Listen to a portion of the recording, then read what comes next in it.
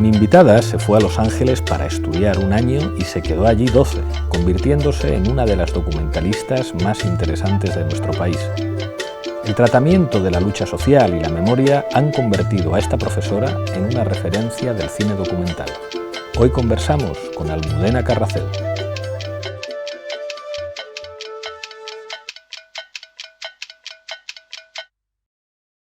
Almudena Carracedo, bienvenida. Muchas gracias, un placer. Ahora, en esta nueva época, siempre pregunto, antes de entrar en la infancia, por las implicaciones de esta distopía que vivimos de la pandemia, en este caso para una cineasta. O sea, ¿qué reflexiones, digamos, para tu trabajo vienen de estos meses tan extraños? Pues fíjate, para documental en concreto es muy difícil, porque no puedes acercarte a la gente. Y en documental es todo intimidad, es todo lo que yo hago, ¿no? Así que muy difícil, así que planteando nuevas ideas, nuevos proyectos, ahora mismo no podemos plantear nada que implique hacer un seguimiento íntimo de la vida de una persona, ¿no? Tiene que ser todo archivo, cosas del pasado, ¿no? Que es un campo en el que yo no me he movido hasta ahora.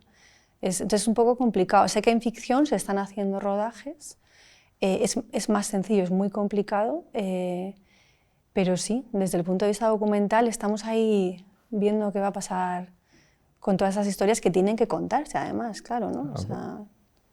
No sé, es raro porque es como, o sea, intentas hacer vida normal, hacer las mismas cosas que se hacían antes, pero hay como, o sea, yo lo vivo como estar en una película de ciencia ficción. O sea, sí.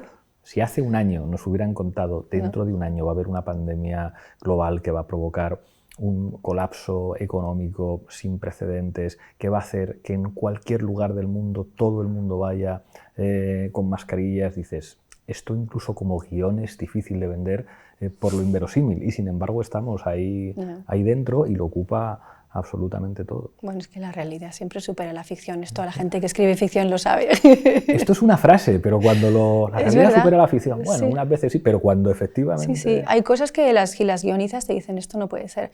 A mí me pasa mucho, yo, claro, como documentalista observo mucho los detalles, los gestos, y claro, me cuesta mucho adivinar a la gente ahora con las mascarillas, y a veces voy por la calle y digo, ¿de verdad? O sea, parece que parece un sueño, ¿no? O sea, Totalmente. De verdad todo el mundo con mascarilla, ¿no? Y los peques ahora, tú que tienes peques también muy peques, o sea, mi hija tiene 10 años y sabe que no todo es mascarilla, pero los peques que empiezan ahora, que ven a todo el mundo con mascarilla, que se tienen que acostumbrar a entender los sentimientos solo con los ojos. Por los ojos. Es... De hecho, a mí me pasa a veces cuando quieres mandar un mensaje con la mirada, te das cuenta de que no funciona, porque lo que tú creías que era la mirada era el conjunto de la cara, de como cállate o cuidado con no sé qué, y te das cuenta de que el receptor no te entiende. Claro. Y yo soy muy gestual, además, yo soy muy de cine mudo, entonces yo hago muchos gestos. Entonces, claro, muchas veces hago gestos y veo que la gente no me está entendiendo lo que estoy diciendo, ¿no?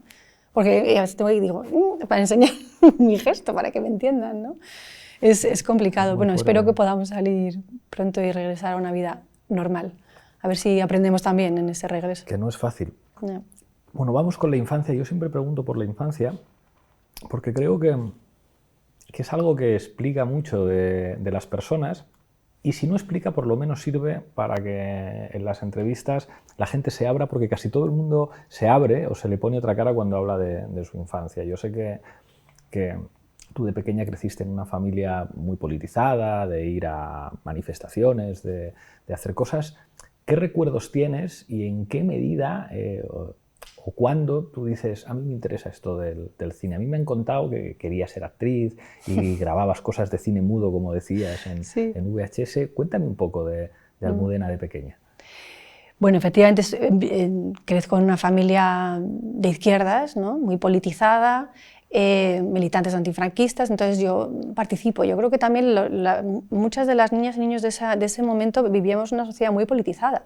O sea, yo recuerdo que una de mis mejores amigas, su padre tenía una bandera franquista en casa, y yo le pregunté al otro día a mi padre, ¿y me dejabas ir a casa? O sea, porque a mí me estaría un poquito extraño, ¿no? Dice, sí, es que era normal, es que era una sociedad muy politizada. Íbamos a manifestaciones, o sea, hemos corrido de la policía. Yo recuerdo muchas anécdotas de pequeña, ¿no? Pues todo lo de los pósters, todo esto, ¿no? De poner pancartas, octavillas. Era algo como muy normal para nuestra vida. Es verdad que yo no me daba cuenta de que no era tan normal para otros o para otras, ¿no? Con lo de la OTAN recuerdo perfectamente metiendo las cartas de Antonio Gala, doblándolas, y todavía tengo, porque yo guardaba, siempre he sido muy documentalista, creo, tengo todas esas cosas las tengo guardadas, ¿no? Es que además era una época en la que eso la gente joven lo entiende. Ahora todo está, porque como todo está en internet, Claro. ya no tiene tanto sentido guardar papeles, hacer recortes de prensa, pero entonces es que o lo guardabas o eso desaparecía y se convertía como en inencontrables, como las bibliotecas. Yo tengo cientos de DVDs en casa que digo, ¿por qué tengo esto? Si es que esto ya se puede encontrar todo en, es verdad, en internet. Verdad. Había que guardarlo también por esta cosa de recordar, ¿no? que nos ha costado tanto en este país, ¿no? Porque el recuerdo también, luego ya te preguntaré por la cuestión de la memoria, sí. los recuerdos tienen mucho que ver con los objetos.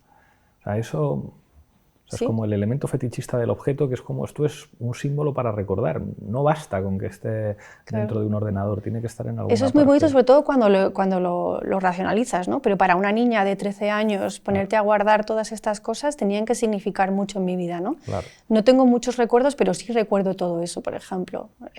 No tengo buena memoria en general, individual, pero recuerdo todo esto, ¿no? Y recuerdo esa sensación, y recuerdo cuando perdimos el referéndum, recuerdo esa desazón, ¿no? Esa tristeza infinita de decir, pero ¿cómo es posible, no? Todo eso marca mi infancia y marca mi adolescencia, sobre todo, ¿no? Ese sentido muy fuerte de la justicia, sobre todo de la justicia social. Eso es lo que yo he heredado de mi padre y de mi madre.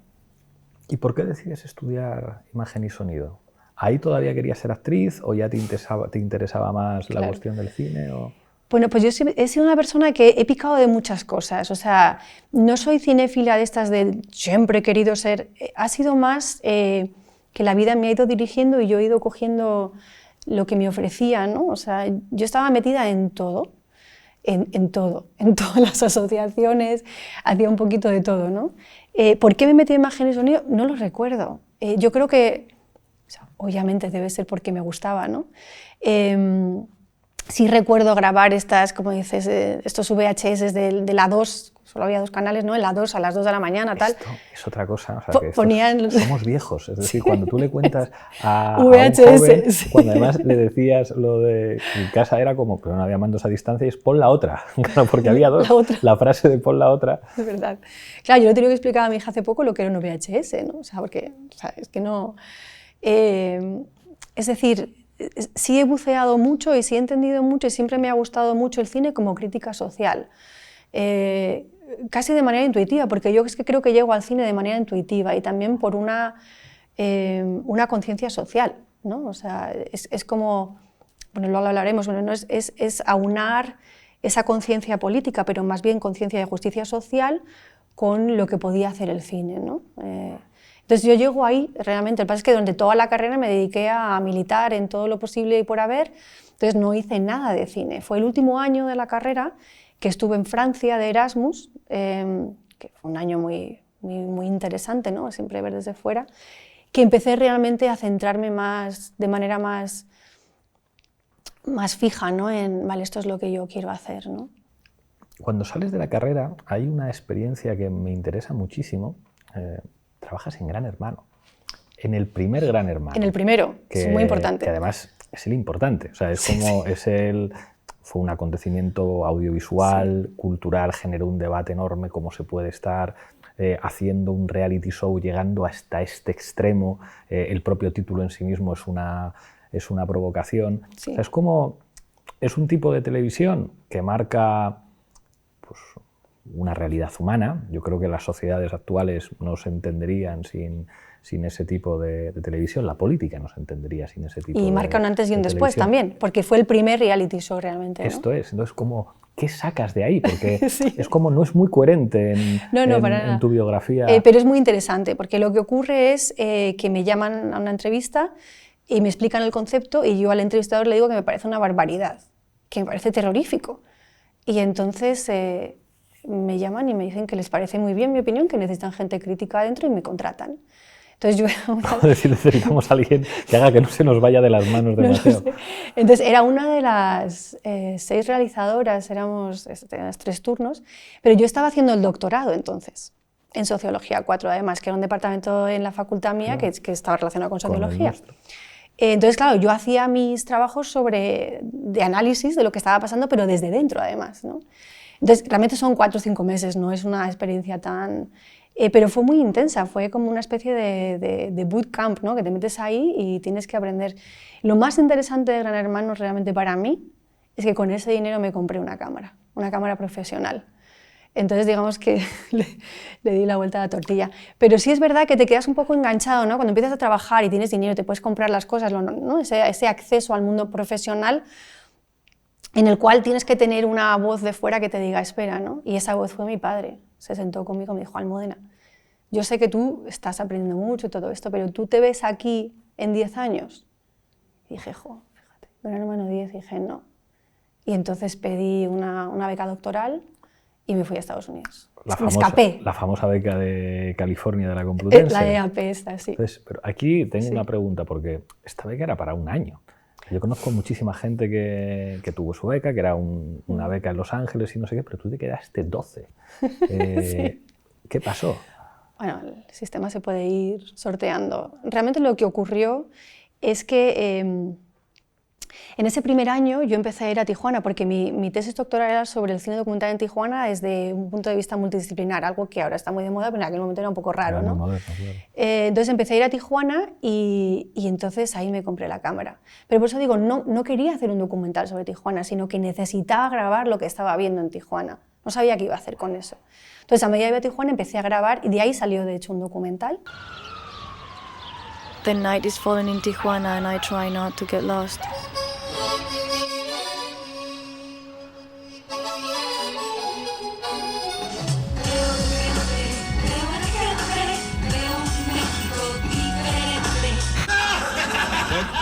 In an effort to curb illegal migration through the country. I look at all this mosaic, its colors, its little pieces, its little shapes. Behind discos and donkey zebras, behind marijuana and coyotes, behind tequila, mariachis and ranchera songs, behind the sombrero and the poncho are the people. They are the people. Y entonces me quedé un año más en el que empecé a grabar ya la siguiente película, ahora hablamos de ella. Entonces fui extendiendo esa beca y luego ya no me quedé con la beca, sino que me quedé como visiting scholar, que es Claro. una J1 en lugar del otro. Entonces me fui quedando, ¿no? Y luego ya cuando se me acabó eso, pues encontré una pareja maravillosa y me casé. Y me quedé en Estados Unidos 12 años, que es una experiencia, o sea, no son 2, ni 3, ni 5, No, son 12. O sea, es 12 años en Estados Unidos. Casi ser de allí. Sí, eso es. Sobre todo, además, yo en Los Ángeles he estado y mi sensación fue que es una ciudad que te acepta. O sea, que es como que, ¿de dónde es la gente que es de Los Ángeles? De Puede todos ser lados. de muchos sitios. Como Madrid, claro. es un poco. Eso es. Es que Los Ángeles, esta idea del lejano oeste sigue siendo, ¿no? No por lo salvaje, sino por esta idea de que cualquier persona de fuera puede hacer cosas, ¿no? Entonces, ¿por qué empiezo a hacer cine documental y por qué sigo haciéndolo? Porque encuentro un espacio en el que puedo hacerlo. A lo mejor aquí no lo habría hecho. No habría tenido, a lo mejor, el arrojo, porque el ser inmigrante te proporciona también mucho arrojo, mucho de, lo voy a hacer, ¿no? Pero también porque existe un sistema mucho más de meritocracia que permite que en las circunstancias en las que yo estaba no era una migrante de bajo, de low skills, ¿no? Sino que realmente venía con una educación, me permitía acceder a una serie de privilegios, claro, ¿no? Que era poder grabar y poder seguir trabajando, por ejemplo, ¿no? De allí surge un documental que es ya mítico en muchos aspectos, que es Made in LA. Esto lo has contado muchas veces, pero cuéntamelo otra vez. O sea, ¿cómo surge? ¿Por qué decides investigar esto? ¿Con qué personas te encuentras? ¿Cuáles son las técnicas para que, digamos, en un documental se puedan comprender elementos de la estructura de clase, de la lucha política, del empoderamiento femenino, que al mismo tiempo se vea una realidad que está siempre invisible. O sea, eso tiene que ver con las decisiones estéticas y fílmicas que se toman. Háblame de esto. Vale, te voy a resumir, ¿eh? Porque fueron 5 años de trabajo más 3 años de difusión, o sea que son 8 años, a ver si te lo resumo un poquito. Pero Made in LA para mí fue mi universidad. Porque claro, yo en la universidad en comunicación audiovisual, imagen y sonido se llamaba, esto no lo aprendíamos, ¿no? Surge porque yo me acerco a un centro de trabajadores que desde el punto de vista político era muy interesante. Como los trabajadores temporales no podían sindicalizarse, porque si sindicalizas una fábrica, la fábrica al día siguiente desaparece, era un sistema bastante avanzado, ¿no? Casi un poco al principio enemistado con los sindicatos tradicionales, pero luego ya lo aceptaron, en el que lo que hacían era empoderar a los trabajadores para que fueran a la fábrica que fueran, pudieran llevar una serie de conocimientos de derechos laborales. Entonces yo me acerco a uno de esos centros de trabajadores, en este caso de la costura, y les digo, oye, que mira, que yo es que soy de esto y tal, que si necesitáis algún vídeo para organizar. Entonces realmente el inicio de Made in LA es un inicio activista, puramente, ¿no? Empecé a grabar, iba a ser una cosa muy cortita, lo que ocurre es que sigo grabando y además en este caso soy yo soy la cámara, yo soy el sonido, es un equipo de una persona. Entonces se empieza a generar una relación de intimidad muy fuerte, ¿no? Porque no tenía dinero para contratar a un equipo, entonces, y en esa intimidad las mujeres que empiezan a emerger como líderes en ese centro empiezan a generar una relación muy de confianza conmigo, en el cual yo empiezo a darme cuenta que el proceso organizativo les estaba produciendo una transformación interna, personal, ¿no? Entonces en ese momento decido que va a ser un largometraje, ahí conozco a Robert Bejar, que luego se convertiría en mi pareja, marido, productor, padre de mi hija, y él me hace una pregunta muy importante, me dice, ¿quién es la audiencia? Claro, porque yo lo que estaba haciendo era un documental que funcionaba muy bien para la audiencia activista, para gente que necesitaba una herramienta para trabajar sus temas y poder, de una manera casi pedagógica, ¿no? Pero la pregunta es, si quieres que esto llegue a más gente, ¿cómo llegas a esa gente? ¿No? Y esa es un poco la pregunta clave. Si te quedas dentro de, como dicen en inglés, ¿no? Que beyond the choir, ¿no? Aquellos que cantan tu canción, o consigues llegar a otra gente. Eso es algo que también con el silencio para nosotros ha sido muy importante, ¿no? Cómo hacer que la narrativa del documental trabaje para poder llegar a más gente. Y es a través de las y los protagonistas, ¿no? A través de esas historias personales, a través de una grabación muy íntima. O sea, la idea es que la gente se pueda poner en la piel del espectador y que se convierta en una especie de motor de empatía, ¿no? Y ese es un poco el proceso. Entonces, en ese proceso, acompañada con Robert conseguimos 4 años después de grabación tener ya fondos de la televisión pública de Estados Unidos, de Sundance, etcétera, para montar durante un año y de ahí salió Made in LA, que efectivamente luego se convirtió en una herramienta muy potente de organización, pero también se puso en televisión pública de Estados Unidos y accedió a otros públicos no tan claros, por ejemplo los colectivos religiosos, ¿no? O otros públicos que no necesariamente hubieran pensado que iban a utilizar una película sobre 3 mujeres inmigrantes indocumentadas en Los Ángeles para trabajar sus temas de trabajadores de restaurantes en New Haven, ¿no? Por ejemplo, ¿no? Te quiero preguntar por esa recepción, o sea, porque sí. Es un documental instrumento, o sea, es un sí. documental que utilizan los activistas, que antes de que llegue a la televisión pública tengo entendido que se hacen muchas difusiones en barrios, en colectivos, o sea, que es como de vamos a poner este documental y vamos a tener después una charla, como se ha hecho tantas veces a nivel activista. ¿Qué es lo que os decía los diferentes tipos de gente cuando la veían? O sea, es como, ¿qué decían los activistas, qué decían nuestros trabajadores, qué decían esos colectivos, digamos, aparentemente más lejanos, como comunidades religiosas? O sea, ¿qué era lo que más te sorprendía a ti de lo que veía la gente en el docu? Una cosa, ¿qué necesario es? Nos ha pasado también con el silencio, y 2, me veo reflejado. Yo recuerdo una proyección en el Festival de Cine de Derechos Humanos de París, que al final de la sala había un montón de hombres, que luego descubrimos que eran trabajadores marroquíes en París, y estaban todos llorando. Es fuerte ver una hilera de hombres llorando, Y es que habían visto su historia reflejada en otro país. Como la universalidad de la explotación. Claro, la universalidad de la explotación. Entonces siempre decíamos que allí donde estés, en el colegio, en casa, en el trabajo, ¿no? Te puedes identificar con una lucha por la dignidad, realmente, que es lo que hacen estas mujeres, ¿no? Y además unas mujeres que no son las heroínas tradicionales, ¿no? En ese proceso, por cierto, de contar la historia a través de ellas, se eliminan muchas entrevistas que yo ya había hecho. Había entrevistado a Howard Zinn, había entrevistado a Noam Chomsky. Luego les escribí para decirles que ya no estaban en el corte y me dijeron que les parecía muy bien. Entonces, ese verse reflejado yo creo que ha sido fundamental. Y otra cosa muy importante y es que la transversalidad de la película en sí, ¿no? el que sean mujeres, inmigrantes, en talleres de explotación, en medio de una globalización, ¿no? de esa industria en concreto, de todo, ¿no? Pero en concreto también, la traspasamos luego a la campaña de difusión, que en inglés antes se llamaba Outreach and Community Engagement, que tiene una traducción horrorosa, por eso se llama campaña de impacto, es más fácil. Y es, por ejemplo, nos llamaba un colectivo de mujeres que querían proyectarla y decíamos, ¿por qué no habláis con los colectivos inmigrantes de la ciudad? ¿Y por qué no habláis con el colectivo de ropa limpia del campus? Entonces se generaban eventos mucho más ricos, donde había que hacer esa pregunta desde una interseccionalidad, ¿no? O sea, y ese fue un poco el primer año de difusión, fue siempre responder, ¿no? A una necesidad que de repente no habíamos esperado, ¿no?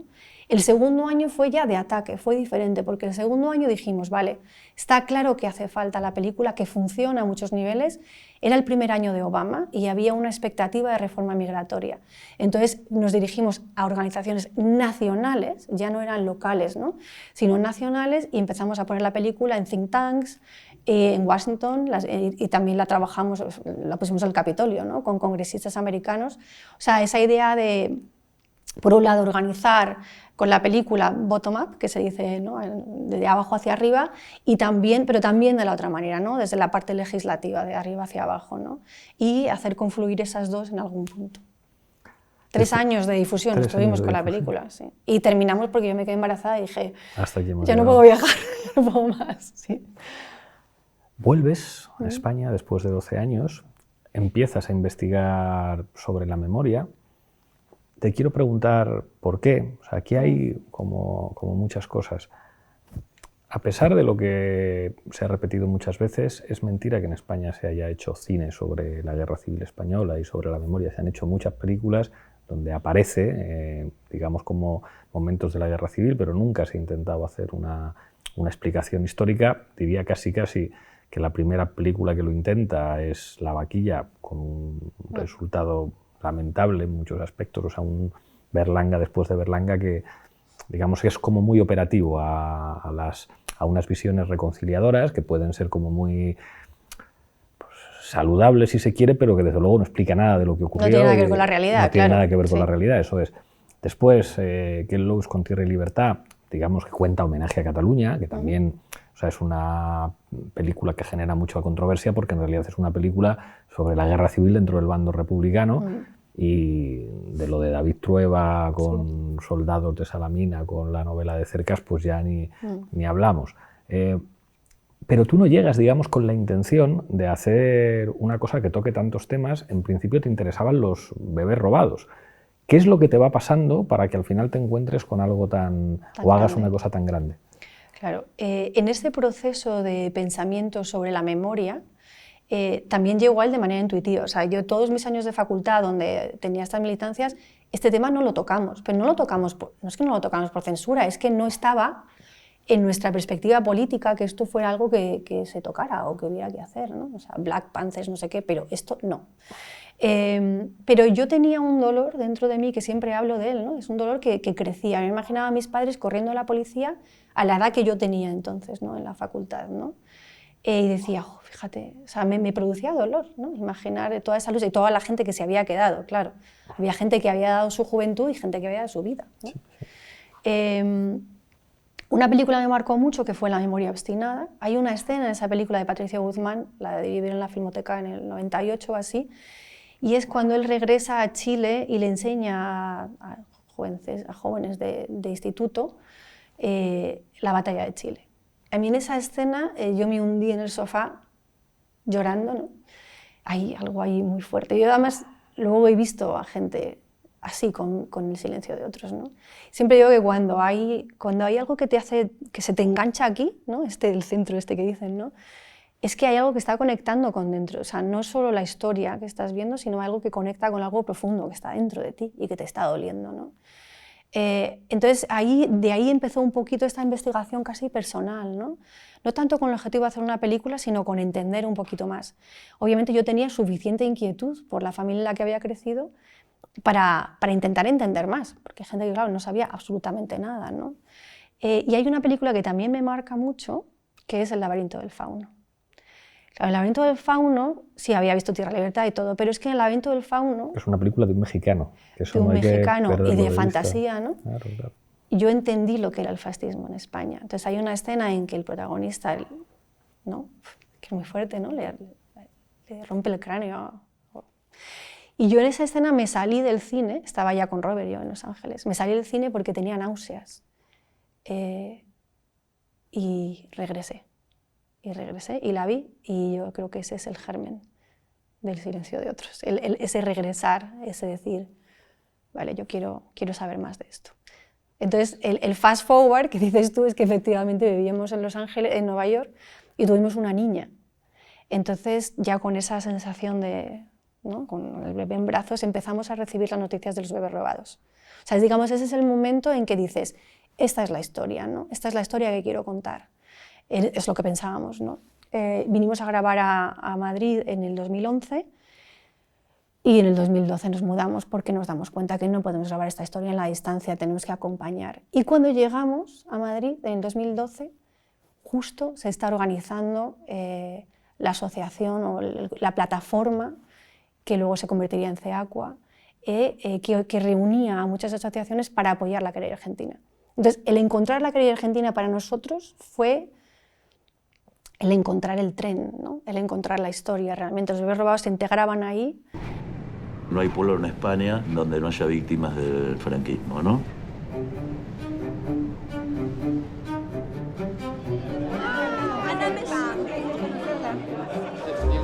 Le he conocido desde lejos.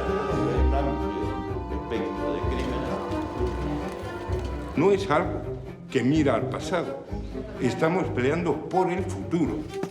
Nos vamos a adherir como Asociación de la Memoria Histórica de Lora de Río.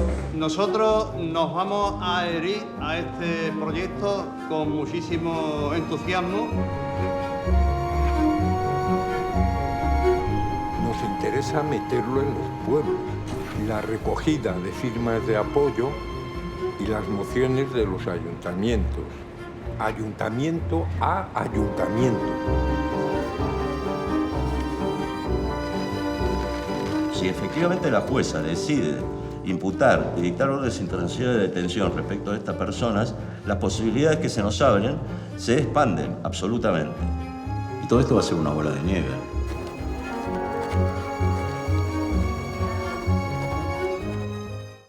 Yo siempre le decía a Carlos Eslepoy, ¿no? que se nos fue, y le decía, es que claro, la querella es un tren que avanza en la oscuridad y los protagonistas son los personajes. Y él decía, bueno, es un tren postal, va despacito y tal, pero va, ¿no? Y ahí enseguida nos dimos cuenta que era la querella la que nos permitía varias cosas que para nosotros eran muy importantes. Uno, contar la historia en presente. No era la historia de nuestros abuelitos, es una historia de lucha y de dignidad presente y de sufrimiento presente, y contar la historia enmarcada de otra manera, enmarcada en el concepto de derechos humanos. Por tanto, nos atañe a todos, son violaciones de derechos humanos que nos atañe a todos y a todas como sociedad, ¿no? Entonces, esa estructura narrativa nos permitía además reframe en inglés, ¿no? Replantear, reenmarcar estos temas desde otro punto de vista completamente diferente, ¿no? Claro, sí, esto es la clave. Como la pelea por el relato es la gran pelea política, y por eso los que tienen poder de verdad compran todos los emisores de relatos para no dejar el más mínimo espacio a que las cosas las pueda contar otro. Quiero enlazar, porque citabas a Patricio Guzmán, que pasó por estas entrevistas. Yo le preguntaba mucho por la batalla de Chile, que es probablemente, yo creo que es el mejor documental que se ha hecho nunca.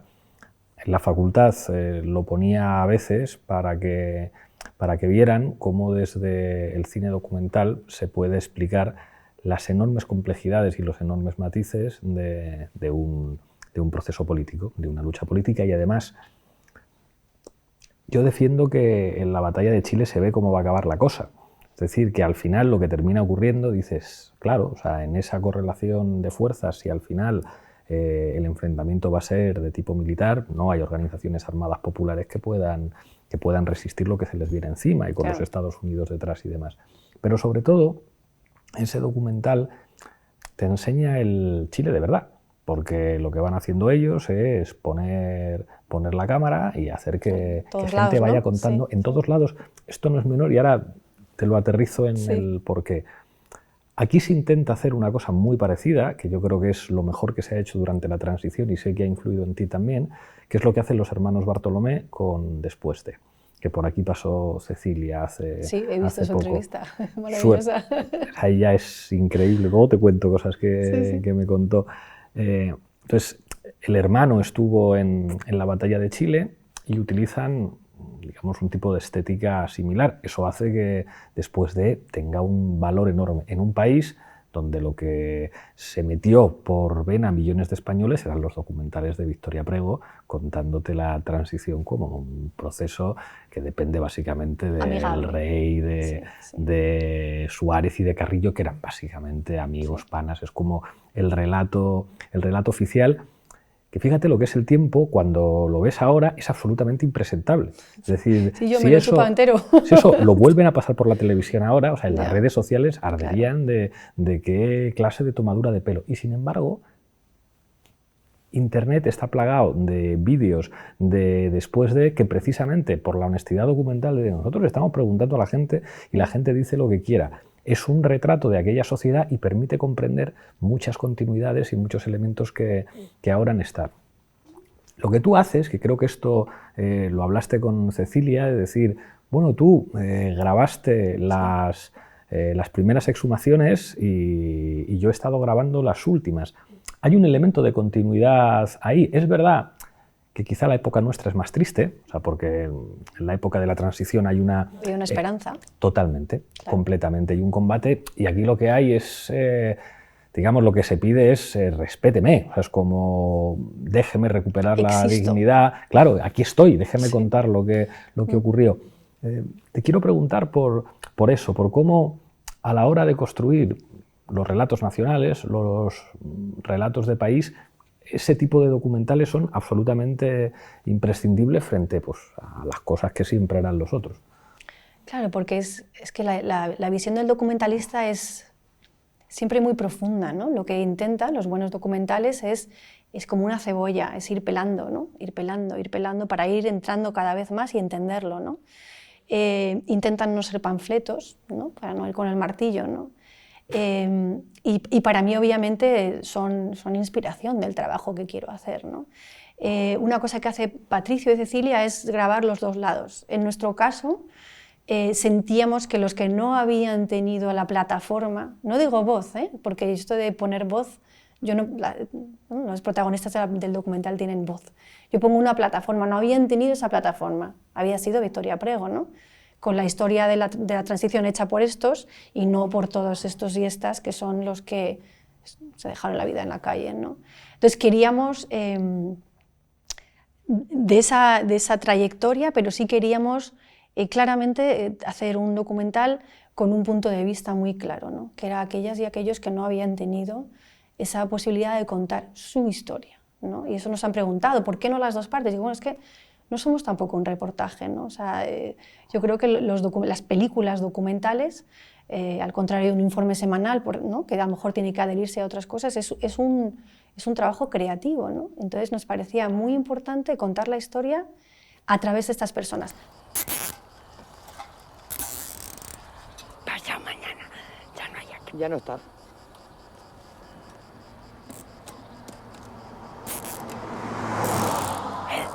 El sitio de la fosa. En la fosa.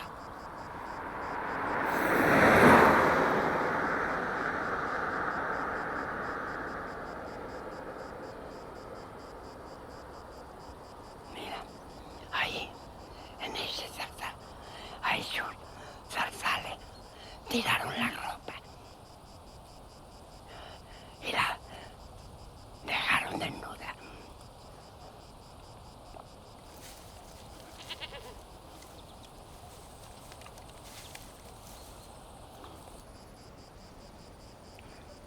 Lo injusta que es la vida.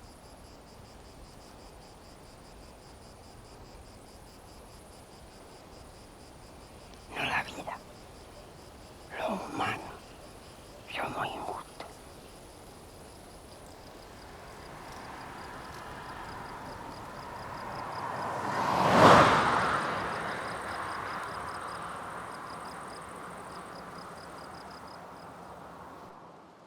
También con este otro objetivo, ¿no?, que hablábamos antes, de llegar más allá, queríamos que la audiencia experimentara un viaje, cómo se siente uno en la piel de una persona en su camino hacia la justicia, ¿no?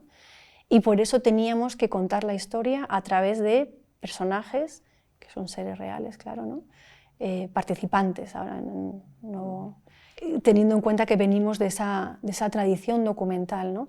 Y tienes razón, uno de los grandes retos del Silencio de otros es cómo contar algo tan complejo, ¿no?, con unas pocas historias, ¿no? Estamos 80 años de historia, un proceso judicial, ¿no? Y fue muy complejo. De hecho, llevamos 6 meses de montaje y le enseñamos la película a Paul Laverty a través de ICIAR, que somos amigas, y nos dijo, es que está muy bien, pero lo que no se entiende es quién es el antagonista. Y no se entiende quién es el antagonista porque el antagonista de nuestros protagonistas no era una persona, era un sistema. Claro. Un sistema de impunidad. Entonces, de ahí rehacemos toda la película, tiramos todas las tarjetas azules que se ponen para montar, y decimos, vale, tenemos que explicar cuáles son los obstáculos de nuestros protagonistas para que la gente se pueda poner en su piel. O sea, ese paisaje emocional, cultural, político, personal de cada uno de ellos y cada una de ellas, tenemos que explicarlo. Y ahí entra el archivo, entra mi voz como contexto, ¿no?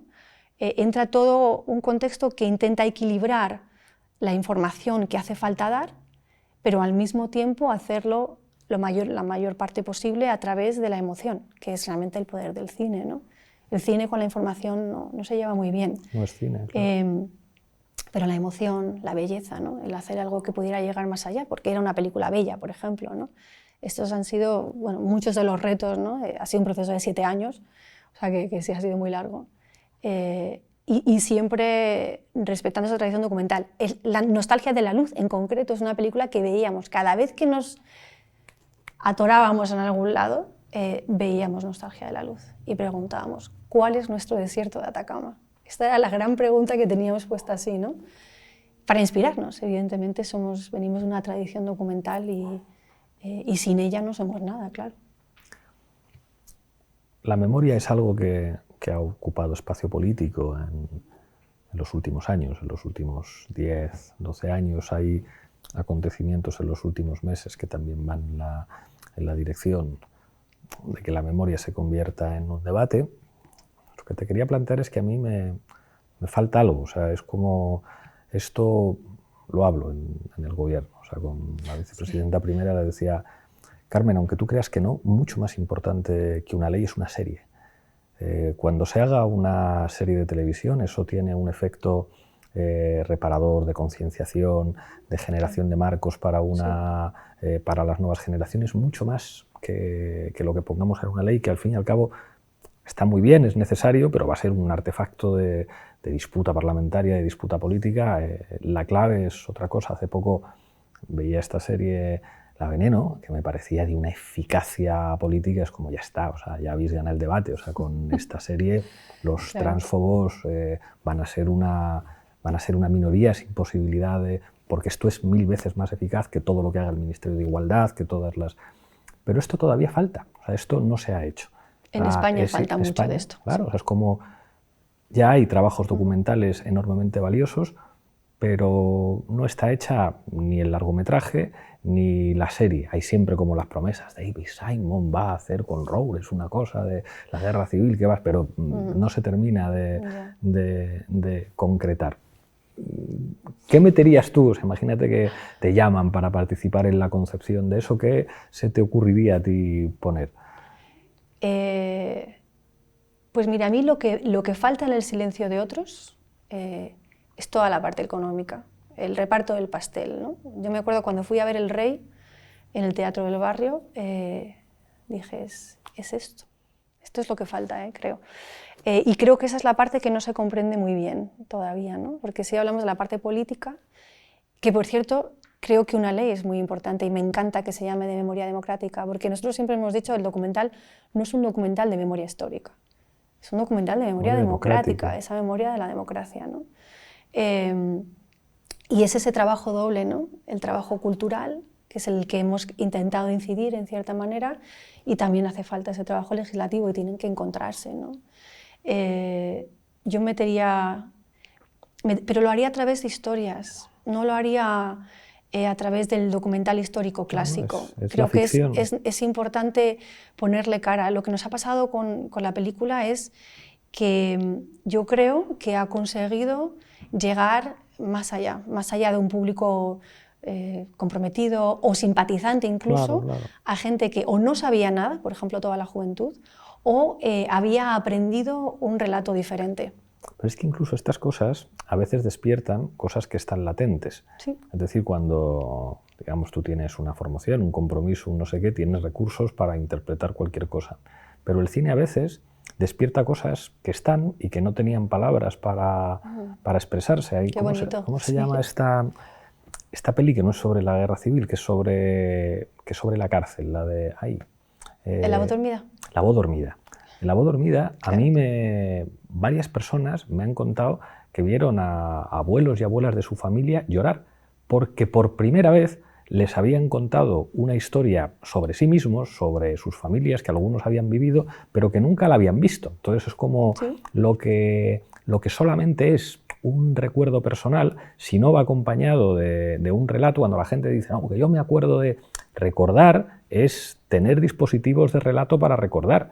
O sea, es como el cine enseña a recordar de una manera determinada. Entonces, estas cosas de repente despiertan conciencias en las generaciones, como si tú no puedes interpretar las cosas que te estaban contando tus abuelos, pues eso, digamos, se quedan en cosas que decía el abuelo que no tienen ningún sentido. Si de repente tú ves lo que le ocurrió a tu abuelo y lo ves ficcionalizado con todos los elementos de emoción que eso aporta, eso, digamos, es como, pues le cuenta a un país lo que es. Claro. Hay gente que ha accedido a la historia de su familia, porque en todas las familias ha habido estos pequeños silencios, ¿no?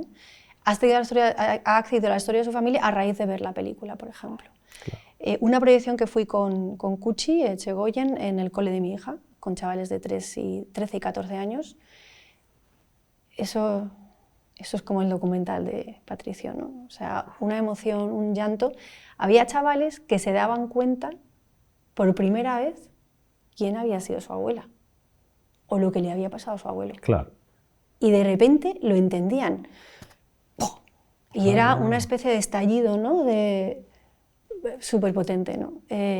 Pero también nos ha pasado gente que nos ha venido y nos ha dicho, o que nos ha escrito, y nos ha dicho gracias, llorando, porque ahora lo entiendo.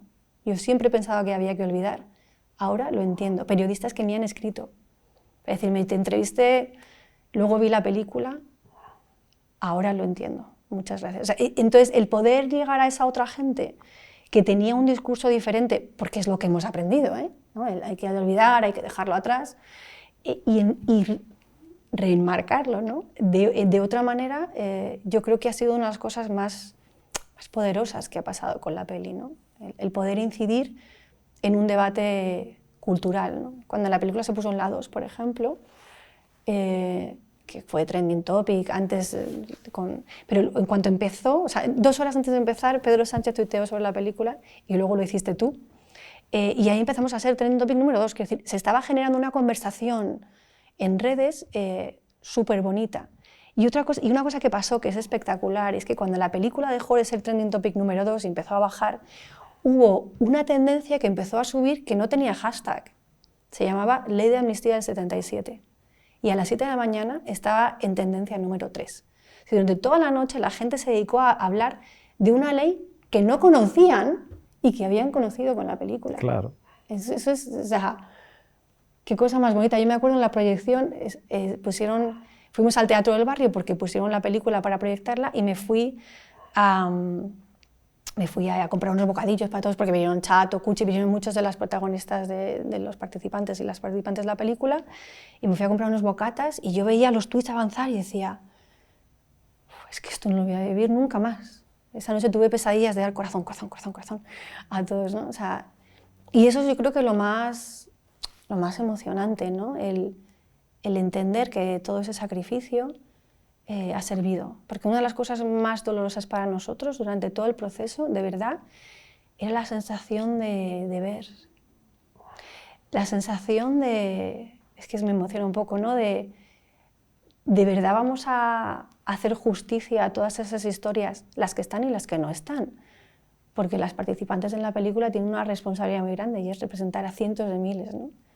Yo me acuerdo una noche, una conversación que tuve con esta foto de las mujeres rapadas. En una esquinita hay una mujer con un bebé que se está despidiendo, o sea, ¿no?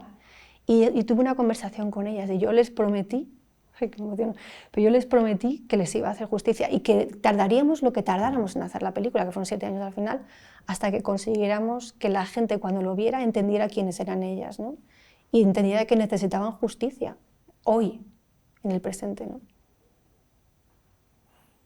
Estamos llegando al final, vamos con la rueda de reconocimiento. Yo suelto un nombre propio y en 1 o 2 frases los defines. Empiezo con Patricio Guzmán. Es cineasta, documentalista y cineasta de la memoria con mayúscula, ¿no? Gran referente como documentalista y también como documentalista de memoria. Cecilia Bartolomé.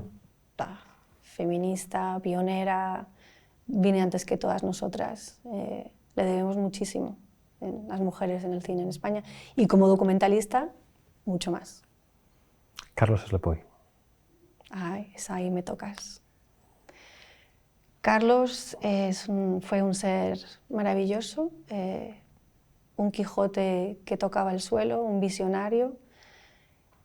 Aprendimos mucho, mucho, mucho de él. Él no vio la película, pero le enseñamos el tráiler. Y lo vio y cuando lo terminó nos miró y llorando nos dijo, es sobre la justicia. Dije, es sobre la justicia. Chato Galante. Ay, ya me vas a hacer llorar. Chato es mentor, sigue siéndolo, amigo, de él hemos aprendido todo, hemos viajado a todas partes del mundo con él.